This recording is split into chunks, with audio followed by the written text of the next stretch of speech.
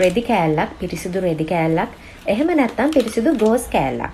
මුලින්ම ඔයගලන්ගේ අත හොඳට පිරිසිදු කරගෙන මේ රෙදි කෑල්ල හරි ගෝස් කෑල්ල හරි තෙමාගෙන පැටියාගේ කට ඇතුළට දාලා හොඳට මේ තොල යට, තොල උඩ, විදුරි මහා වටේට, එතකොට දිව බොහොම සියුම්ව තමයි පිරිමදින්න ඕනි. චූටි පැටියා ඔයගලන්ගේ අත හපන්න හැදුවොත් එහෙම ඔහොම හැපුවොත් එහෙම චුට්ටක් වෙලා ඉඳලා අත එළියට අරගෙන හපව පාරක් try කරන්න. මේ විදිහට ඇඟිල්ල ළඟට කරාම ඒගොල්ලෝ කිරි බොන්න ලෑස්ති වෙනවා වගේ කට අරිනවනේ. එතකොට අපිට පුළුවන් හිමීට ඒගොල්ලන්ගේ කට ඇතුළට අත දාලා මේ වැඩේ කරන්න. ඔය විදිහට දත් පිරිසිදු කරලා චූටි පැටම්ගේ දත් එන්න පටන් ගත්තට පස්සේ අපිට පුළුවන් බේබි බ්‍රෂ් එකක් භාවිතා කරලා ඒගොල්ලන්ගේ කට පිරිසිදු කරන්න. එහෙම නොකරොත් එහෙම සිද්ධ වෙන්නේ දත් දිරා යාමට හේතු වෙනවා අහිතකර බැක්ටීරියා වර්ධනය වීම හින්දා. ඔයගොල්ලෝ දැකලා ඇති ඕන තරම් චූටි පැටම්ගේ දත් දිරා ගිහිල්ලා තියෙන හැටි.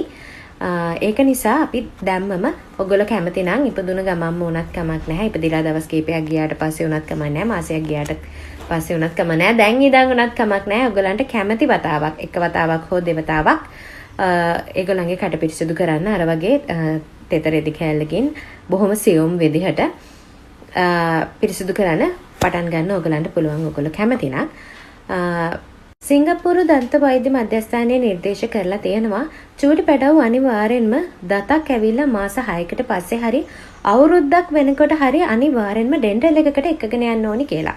ඉතින් ඕගොල්ලන්ගේ චූටි පැටවුන්ගේ දත් ඇවිල්ලා මාස 6ක් ගිහිල්ලා නම් ඕගොල්ලන්ගේ චූටි පැටියා අවුරුද්දක් වෙලා නම් අනිවාර්යෙන්ම ඩෙන්ටල් එකකට එකගෙන ගිහිල්ලා චූටි පැටවුන්ගේ දත් ටික පරීක්ෂා කරලා බලන්න කියලාත් මම ඕගොල්ලන්ට ආදරෙන් කියනවා. ඔන්න ඉතින් අම්මලා ඉල්ලුවා වගේම කට පිරිසිදු කරන එක සම්බන්ධයෙන් සම්පූර්ණම වීඩියෝ එකක් අරගෙන ආවා. මේ වගේ වීඩියෝස් බලන්න අනිවාර්යෙන්ම ෆලෝ එකක් දාලා තියාගන්න. ඔයගලගේ අදහස් අනිවාර්යෙන්ම කමෙන්ට් කරගෙන යන්න.